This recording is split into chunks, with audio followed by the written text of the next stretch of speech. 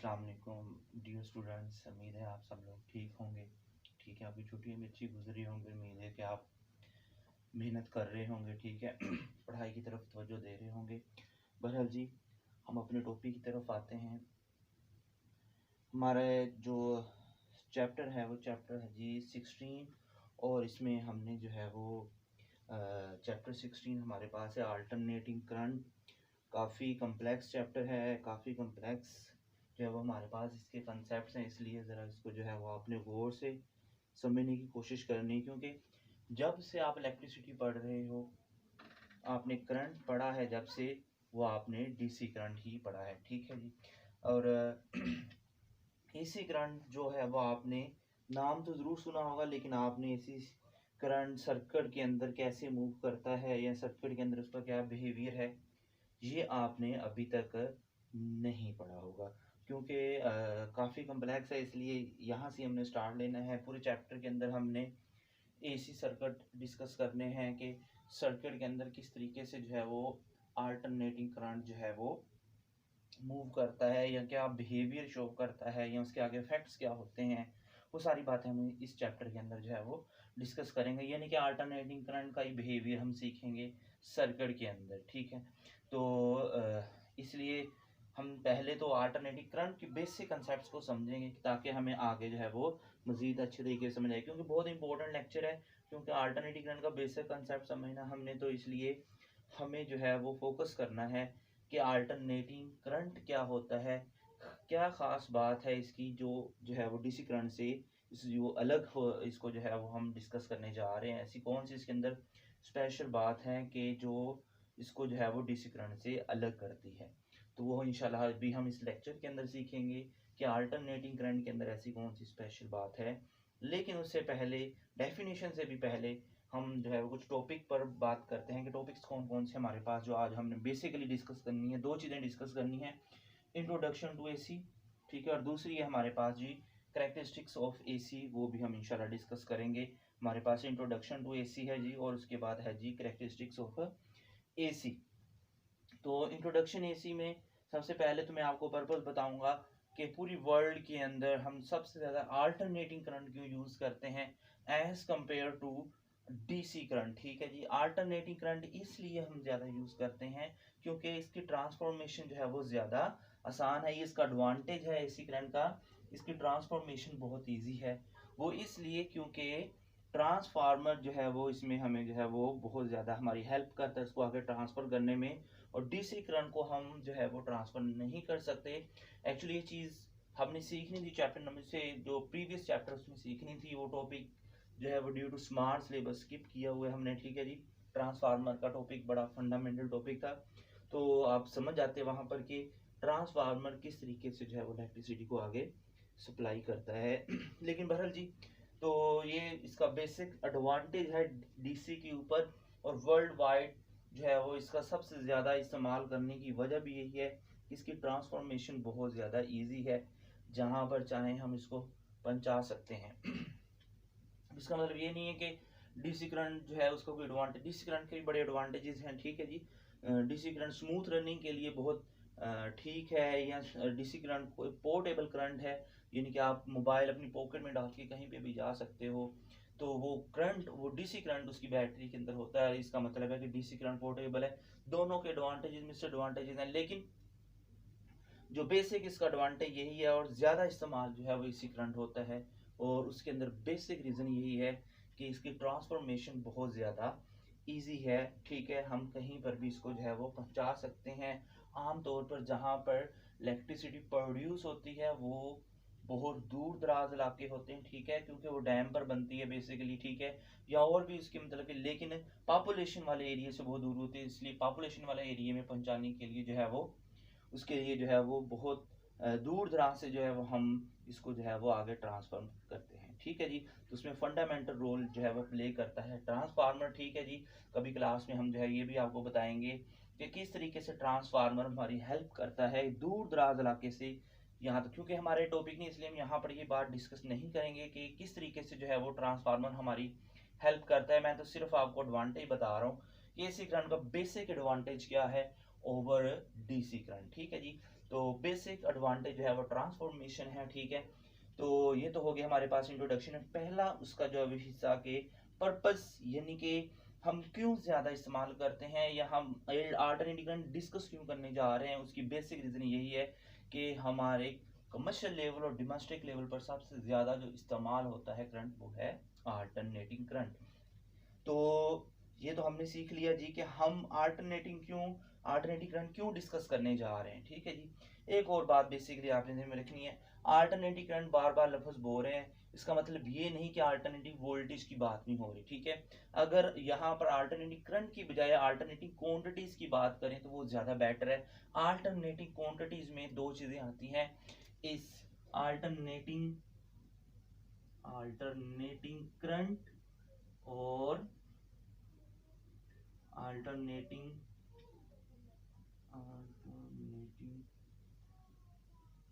Current, और दूसरा है जी हमारे पास अल्टरनेटिंग वोल्टेज।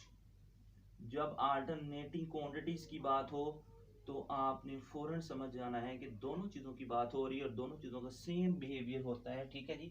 आपके सामने ये जो इक्वेशन लिखी हुई है सिर्फ अल्टरनेटिंग वोल्टेज के लिए नहीं है, अल्टरनेटिंग करंट के लिए है, ठीक है जी। दोनों के लिए सेम इक्वेशन है। आप पीछे जो है वो अगर आप सोर्स ऑफ करंट यानी कि अल्टरनेटिंग करंट जनरेटर जो हमने टॉपिक पढ़ा चैप्टर नंबर 4 में, ठीक है जी, उसके अंदर आप इक्वेशन निकालें, एंड पर बेस जो एंड पर रिजल्ट निकलता है वो आप इक्वेशन निकाल कर देखें तो आपको ये v=v0 साइन 2 पाई/t, या वहां पर वो मतलब कि इस फॉर्म में नहीं भी होगी तो वो 2 पाई/f होगा, ठीक है। लेकिन इससे कोई बात नहीं है, वो कन्वर्जन हो सकती है क्योंकि आप समझते हो कि फ्रीक्वेंसी टाइम पीरियड का रेसिप्रोकल होता है, ठीक है। तो करंट के लिए भी यही क्वेश्चन है, सिर्फ v की जगह i आ जाएगा और v0 की जगह i0 आ जाएगा, ठीक है जी। तो यानी कि मैं सिर्फ आपको ये बताना चाह रहा हूँ कि सिर्फ जब करंट की बात हो रही है ये मत समझिए कि सिर्फ करंट की बात हो रही है, साथ साथ में अल्टरनेटिंग वोल्टेज की बात भी हो रही है, ठीक है जी। तो सब लीजिए जी, हम आप डेफिनेशन पर बात करते हैं। डेफिनेशन के अंदर क्या कह रहा है, the current which changes its magnitude continuously, ठीक है। ऐसा करंट जिसका मैग्नीट्यूड कंटिन्यूसली चेंज हो और उसकी जो डायरेक्शन है वो पीरियोडिकली चेंज हो। देखिए जी, दो चीजें हैं, कंटिन्यूसली चेंज हो और पीरियोडिकली चेंज हो, ठीक है जी। तो कंटिन्यूसली का मतलब क्या है जी कि मसलसल क्या है, चेंज हो, ठीक है।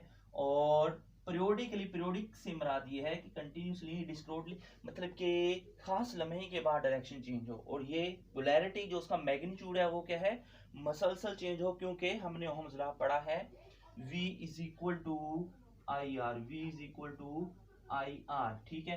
तो इस लॉ के मुताबिक अगर रेजिस्टेंस कांस्टेंट है तो वोल्टेज करंट के डायरेक्टली प्रोपोर्शनल है, यानी कि सिंपल बात है कि वोल्टेज भी अल्टरनेटिंग करंट का वोल्टेज भी अल्टरनेटिंग है।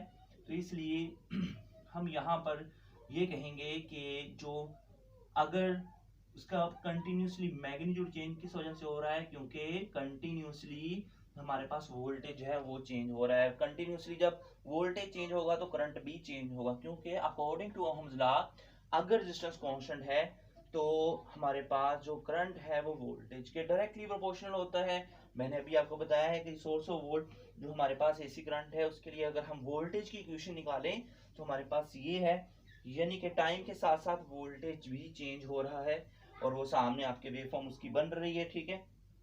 तो यानी कि कुछ आपको क्लियर हुआ कि यहाँ पर यानी कि करंट जो है वो हमारे पास कंटिन्यूसली क्यों चेंज हो रहा है, क्योंकि वोल्टेज जो है वो कंटिन्यूसली चेंज हो रहा है, ठीक है, अकॉर्डिंग टू दिस इक्वेशन, ठीक है जी। हमारे पास वोल्टेज है वो कंटिन्यूसली चेंज हो रहा है, इस तरीके से करंट की वैल्यू भी कंटिन्यूसली चेंज होगी जिस तरीके से वोल्टेज, क्यों, क्योंकि हमारे पास अकॉर्डिंग टू ओहम्स लॉ जो है वो करंट वोल्टेज के डायरेक्टली प्रोपोर्शनल है। जब वोल्टेज जो है वो अल्टरनेट यानी कि कंटिन्यूसली चेंज होगा तो उसका मैग्नीट्यूड करंट का वो भी कंटिन्यूसली चेंज हो जाएगा। और मैं आपको थोड़ी सी यहाँ पर और मजीद ये बात क्लियर कर दूं कि मैग्नीट्यूड से मुराद है नंबर ऑफ चार्जेस, ठीक है जी। मैग्नीट्यूड से क्या मुराद है करंट की, कि नंबर ऑफ चार्जेस बढ़ रहे हैं और कम हो रहे हैं, ठीक है जी। और दूसरी बात है जी डायरेक्शन पीरियोडिकली, यानी खास लम्हे के बाद, पीरियोडिक उस चीज को बोलते हैं जब इक्वल इंटरवल्स का कंसेप्ट आ रहा है। जैसे मिसाल के तौर पर हमारे पास दिन और रात जो है उनका चेंज होना पीरियोडिक है, यानी कि खास वक्फे के बाद रात आ जाती है और ख़ास वक्फे के बाद दिन आ जाता है, ठीक है जी। ये हमारे पास पीरियोडिक है, ठीक है जी। यानी कि इक्वल इंटरवल्स के बाद जब चीज़ें रिपीट होती हैं उसको पीरियोडिक बोलते हैं। तो इसी तरीके से जो अल्टरनेटिंग करंट, इसकी दो खूबियाँ हैं। उसका मैग्नीट्यूड कंटिन्यूसली चेंज होता है, और मैंने आपको मैग्नीट्यूड भी क्लियर कर दिया कि अल्टरनेटिंग करंट का मैग्नीट्यूड से क्या मतलब यहाँ पर बनता है, नंबर ऑफ चार्जेस। और क्यों चेंज हो रहा है, क्योंकि वोल्टेज चेंज हो रहा है, ठीक है। और करंट वोल्टेज के डायरेक्टली प्रोपोर्शनल होता है बाय ओहम्स लॉ, ठीक है। तो इसी तरीके से हमारे पास जो है वो पीरियोडिकली हमारे पास जो है वो उसकी डायरेक्शन चेंज हो रही है। पीरियोडिकली से मुराद ये है कि हमारे पास जो है वो उसकी direction in equal intervals of time equally change हो रही है, ठीक है। ऐसे डायरेक्शन चेंज होती है वो हम आगे थोड़ा सा जाकर जो है वो डिस्कस करने वाले हैं, इस बारे में परेशान ना हो हम, ठीक है। और जो हमारे पास अल्टरनेटिंग करंट है, ठीक है, वो प्रोड्यूस उसको बेसिकली जो चीज करती है वो है जी हमारे पास अल्टरनेटिंग करंट जनरेटर। प्रोड्यूस किससे होता है, अल्टरनेटिंग करंट जनरेटर से। जब अल्टरनेटिंग करंट प्रोड्यूस होता है, दोबारा वही बात कि अल्टरनेटिंग करंट पर की जब बात कर रहा हूँ तो इसका मतलब अल्टीमेटली साथ में जो है वो हमारे पास जो है वो अल्टरनेटिंग वोल्टेज की भी बात हो रही है, ठीक है। बेसिकली बात जो है वो वोल्टेज पर होती है, क्योंकि वोल्टेज ही करंट प्रोड्यूस करता है, ठीक है जी। वोल्टेज का बिहेवियर है ये, तो वोल्टेज की वजह से ही आगे करंट का वो बिहेवियर बन रहा है जिसको हम अल्टरनेटिंग बिहेवियर बोल रहे हैं, ठीक है। तो यहाँ पर अगर मैं अल्टरनेटिंग करंट की बजाय अल्टरनेटिंग क्वांटिटीज की भी बात करूँ तो तब भी ये बात गलत नहीं है, ठीक है। बार बार ये बात इसलिए बता रहा हूँ कि आपकी बात क्लियर रहनी चाहिए कि अल्टरनेटिंग करंट से मैं सिर्फ अल्टरनेटिंग करंट नहीं है, साथ में अल्टरनेटिंग वोल्टेज है। या कभी अल्टरनेट वोल्टेज का लफ्ज बोला रहा है या अल्टरनेट करंट का लफ्ज बोला जा रहा है, तो दोनों बातों का मतलब सेम होगा। है तो अलग अलग चीजें, करंट एक अलग चीज है, वोल्टेज अलग चीज है, लेकिन उनका बिहेवियर यहाँ पर दोनों का सेम है, तो इसलिए हम यहाँ पर जो है वो उसको सेम बोल सकते हैं, ठीक है जी। अल्टरनेटिंग बिहेवियर होने की वजह से, ठीक है जी। तो मेरे ख्याल में आपको इंट्रोडक्शन की समझ आ गई होगी, ठीक है। ये तो मैंने कुछ आपको एडवांटेजेस बताए कि क्यों इस्तेमाल करते हैं, डेफिनेशन बताइए आपको ताकि आपको क्लियर हो जाए, ठीक है जी। इसकी दूसरी डेफिनेशन भी आपकी बुक के ऊपर लिखी होगी कि ऐसा करंट जो अपनी पोलैरिटी जो है वो पीरियोडिकली रिवर्स करता है, मतलब कि बार बार अपनी पोलैरिटी को चेंज करता है, मतलब कि अपनी डायरेक्शन को बार बार चेंज करता है, ठीक है। पोलैरिटी चेंज होने से मुराद है डायरेक्शन का चेंज होना। जैसे आप बैटरी के ऊपर देखते हो कि पॉजिटिव टर्मिनल है, नेगेटिव टर्मिनल है, ठीक है। तो उसमें वो उसकी पोलैरिटी होती है, ठीक है जी। खास वक्फे के बाद पोलैरिटी चेंज होने से मुराद है जो पॉजिटिव टर्मिनल है वो नेगेटिव बन जाएगा, नेगेटिव जो होगा वो पॉजिटिव बन जाएगा, ठीक है जी। तो ये हमारे पास इंट्रोडक्शन था जी अल्टरनेटिंग करंट का। अगर आपके जहन में कोई क्वेश्चन हो क्लास में जब आप आएंगे तो इंशाल्लाह डिस्कस कर सकते हैं। तो इसके अलावा वैसे भी आप जब होमवर्क चेक करवाने आते हैं तो आप उस वक्त कोई भी अगर आपके जहन में पॉइंट हो तो आप लिख लें, ठीक है। तो इंशाल्लाह आप रीडिंग आप बाद में कर लीजिएगा लेक्चर की, ठीक है। अगर इसका स्क्रीनशॉट लेना चाहो इस लेक्चर का तो तब भी आप ले सकते हो, ठीक है। तो आपने जो है वो नोट कर लेनी है, मेरी बातें नोट कर लेनी है आपने, ठीक है जी। तो उसके बाद हम जो है क्लास में वो पॉइंट डिस्कस कर सकते हैं। तो उसके बाद जी नेक्स्ट आगे थोड़ी सी और बात हम करेंगे। ये तो इंट्रोडक्शन हो गया बेसिकली। उम्मीद है आपको डेफिनेशन की समझ है, क्योंकि डेफिनेशन को समझना बहुत जरूरी है। अगर हमने अल्टरनेटिव करंट की स्टडी करनी है तो डेफिनेशन को समझना बहुत जरूरी है।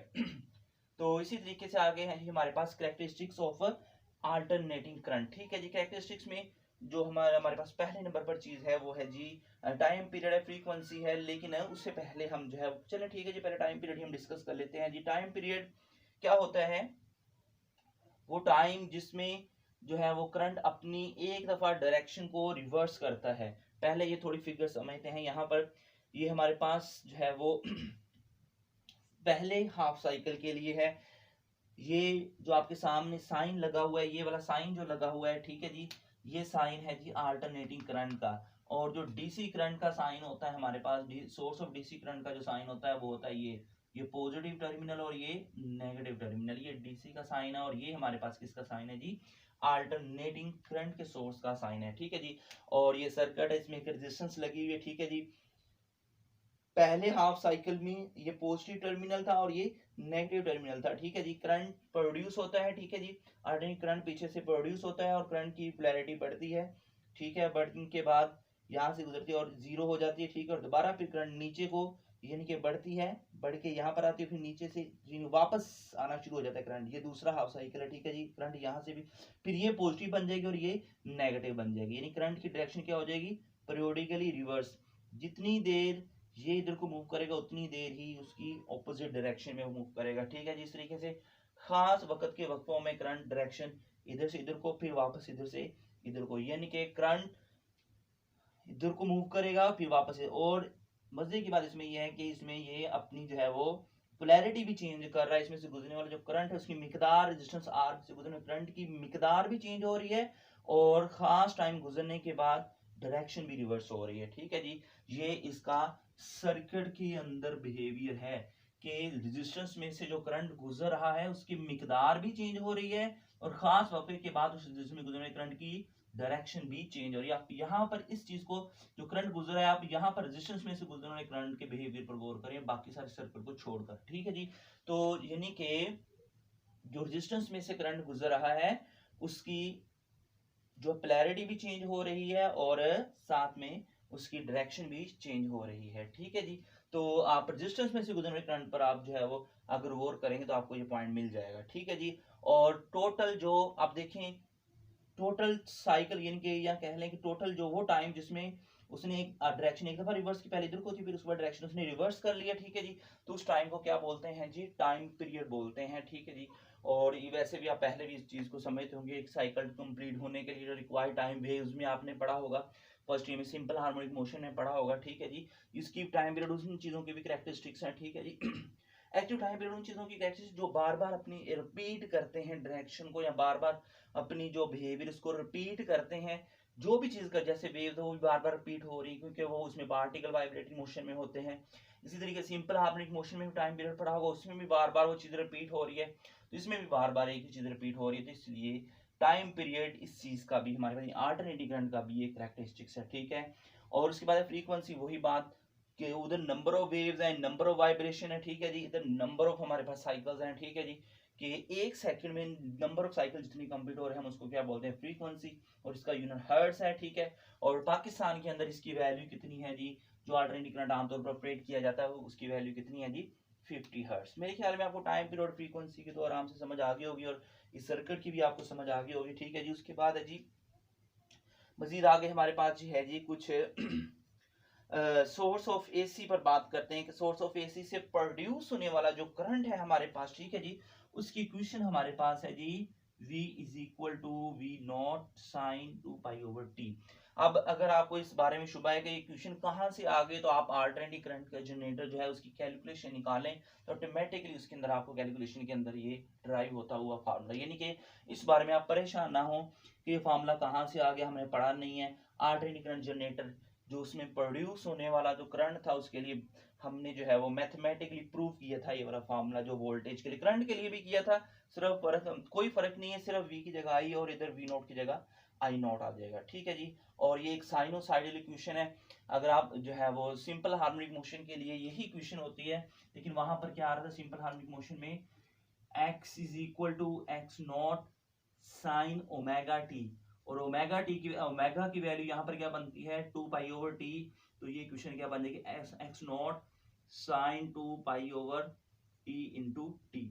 ठीक है जी, ये हमारे पास बन गया। ठीक है, सिंपल हार्मोनिक वो भी साइन, उसकी भी वेव फॉर्म यही वाली थी। ठीक है जी, और अल्टरनेटिव क्योंकि इक्वेशन सेम है तो आगे से इक्वेशन के मुताबिक हमारे पास जो है वो उसकी वेव फॉर्म भी सेम बनेगी। ठीक है जी, और ये वेव फॉर्म क्या है जी, वेव फॉर्म हमारे पास ग्राफ है। ठीक है जी, किस चीज के दरमियान में, वोल्टेज और टाइम के दरमियान में। ठीक है जी, अलोंग वाई एक्सिस वोल्टेज कम ज्यादा हो रहा है। ठीक है, पोलैरिटी चेंज हो रही है और आगे को टाइम बढ़ रहा है, जैसे जैसे टाइम गुजर रहा है। ठीक है जी, वोल्टेज ऊपर को पॉजिटिव नीचे को नेगेटिव, वी नॉट का मतलब पीक वैल्यू मैक्सिमम वोल्टेज, ये जो हमारे पास वैल्यूज की। ठीक है जी, ये देखिए जरा गौर करें, ये वाली वैल्यू जो है वो ये पीक वैल्यू। ठीक है जी, वी नॉट, ठीक है, इसे कहते हैं पॉजिटिव पीक वैल्यू। ठीक है, यहाँ पर वोल्टेज मैक्सिमम होता है और यहाँ पर वोल्टेज फिर मैक्सिमम होता है, लेकिन ये इसकी नेगेटिव पीक वैल्यू है। ठीक है जी, तो यानी कि ये ग्राफ बनाया गया है वोल्टेज और टाइम के दरमियान में। जब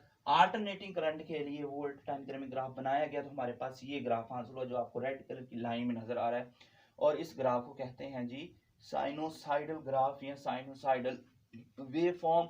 और जिस भी क्वेश्चन, यानी कि जिस भी क्वेश्चन, जो भी क्वेश्चन ये बनेगी उसके लिए हमेशा ये वाली जो है वेव फॉर्म बनेगी। ठीक है जी, और इक्वेशन आपको पता है कि हमने इसमें कोई जो है वो अपने पास चीज नहीं लिखी, इक्वेशन ऑटोमेटिकली हमारे पास जो है वो अल्टरनेटिंग करंट जनरेटर के लिए बनी थी। तो उसी से हमने ये आगे ग्राफ बना लिया, ठीक है जी। तो उसके मुताबिक अब ये ग्राफ में जो है वो एक ग्राफ हमें टाइम पीरियड के लिहाज से जो है बनाया है, ठीक है, टाइम पीरियड के लिहाज से जो वेरिएशन आ रही है वो उसके लिए बनाया है, और एक ग्राफ हमने विद रिस्पेक्ट टू फेज, यानी कि यहाँ पर हम साइन थीटा टी भी लिख सकते हैं, यानी कि यहाँ पर हमारे पास ओमेगा टी है तो हम यहाँ पर साइन थीटा केला भी, क्योंकि थीटा इज इक्वल टू, आपने एंगुलर मोशन में पढ़ा होगा फर्स्ट ईयर में, theta is equal to omega t होता है, ठीक है, theta is equal to omega t होता है। तो यहाँ पर साइन थीटा पहले आया था, उसकी जगह हमने ओमेगा टी लिखा था, ओमेगा की वैल्यू 2 पाई ओवर टी लिखी थी, और आपको प्रूफ करके भी दी हुई है कि ओमेगा की वैल्यू 2 पाई ओवर टी कैसे बनती है। वैसे ओमेगा की वैल्यू होती है 2 पाई एफ, ठीक है जी। तो अगर आप को ये यानी कि यहाँ पर 2 पाई एफ जो है वो प्रूफ करना है कि omega is equal to 2 pi f कैसे है, या omega is equal to 2 pi over T कैसे है, तो वो आप मुझे बता दीजिएगा, बल्कि मैं यहाँ पर आपको प्रूफ कर देता हूँ, ठीक है, ताकि आपके जहन में ये बात ना रहे। S is equal to V T formula होता है हमारे पास, ठीक है जी। S is equal to V T, तो हमारे पास जो टोटल एक दायरा होता है, क्योंकि ये चीज तब बनी है जब हमने इसको उधर हमने सिंपल हार्मोनिक मोशन को सर्कुलर मोशन से रिलेट किया था, ठीक है जी। तो ये बन जाएगा हमारे पास 2 पाई आर, क्योंकि थीटा जो टर्म है वो सर्कुलर मोशन की है, ठीक है जी, क्योंकि यहाँ पर एंगल कहाँ पर आ रहा है, ठीक है जी। तो ये एंगल फेज तब हमें हेल्प देता है किसी भी साइनोसाइडल जो बिहेवियर रख रहा है, या हमारे पास अल्टरनेट वेव फॉर्म जो बनी है, इसके लिए थीटा, हालांकि यहाँ पर थीटा हमें नजर नहीं आ रहा, लेकिन वो थीटा कब हमें जो है वो इसके अर्थ था जब हम इस चीज को किसके साथ रिलेट करते हैं, सर्कुलर मोशन के साथ। तो इसलिए यहाँ पर हम जो है वो 2 पाई आर लिखेंगे इस लास्ट, क्योंकि ये टर्म हमारे पास सर्कुलर मोशन की है, ठीक है जी। और v की वैल्यू हमारे पास क्या है, आर ओमेगा, और ये कैपिटल टी टाइम पीरियड वाला आ जाएगा, ठीक है जी हमारे पास, ठीक है जी। आर आर से कैंसिल हो जाएगा, तो ओमेगा यहाँ पर जाएगा, टी इधर आकर डिवाइड हो गया, 2 पाई ओवर टी हमारे पास ये रिलेशन बन गया, ठीक है जी। तो ये इस तरीके से हमारे पास आया है, तो बाकी आप समझ चुके होंगे, ठीक है जी। मेरे ख्याल में आपको ये ग्राफ की भी समझ आ गई होगी, ठीक है जी। ग्राफ एक ही है वोल्टेज टाइम के दरमियान में, ठीक है, एक जो है वो with respect to time period जो है वो वेरिएशन जो आ रही है वो डिस्कस हो रही है, ठीक है जी। और दूसरे में जो है वो विद रिस्पेक्ट टू फेज, यानी कि एंगल के लिहाज से जो है वो यहाँ पर जो वेरिएशन आ रही है उस लिहाज से डिस्कशन हो रही है, ठीक है जी। तो यहाँ पर जो है वो अगर हम मैथमेटिकली भी देखें तो यही हमारे पास बिहेवियर आएगा, ठीक है जी। जैसे मिसाल के तौर पर जब टाइम पीरियड स्टार्ट होगा, ठीक है, at t is equal to 0, ठीक है, तो हमारे पास जो है वो at t is equal to 0, इधर टी 0 पुट कर लें हम, ठीक है, तो सारा हमारे पास जो है वो रिजल्ट क्या आ जाएगा, v इज इक्वल टू 0। और यहाँ पर देखें at t is equal to 0, हमारे पास इस ग्राफ के अंदर वोल्टेज ये क्योंकि ओरिजिन है, यहाँ पर हर चीज 0 होती है, यहाँ पर हमारे पास ये क्या है, 0 है, ठीक है जी। और at t is equal to हमारे पास जो है वो नेक्स्ट टी ओवर 4, ठीक है, यानी कि चौथा हिस्सा क्वार्टर यानी गुजर जाएगा at t is equal to T over 4। इधर अगर हम पुट करें यहाँ पर टी की वैल्यू टी ओवर 4, तो हमारे पास क्या आ जाएगा, v is equal to we naught sine 2 pi, यहाँ पर ये जगह थोड़ी कम है इस वजह से रेज कर लेते हैं, उसके बाद फिर करते हैं।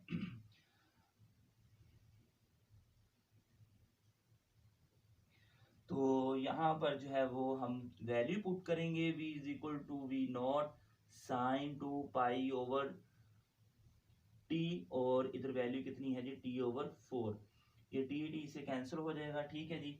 और इसके अलावा ये भी यहाँ पर कैंसिल आउट हो जाएगा, ठीक है।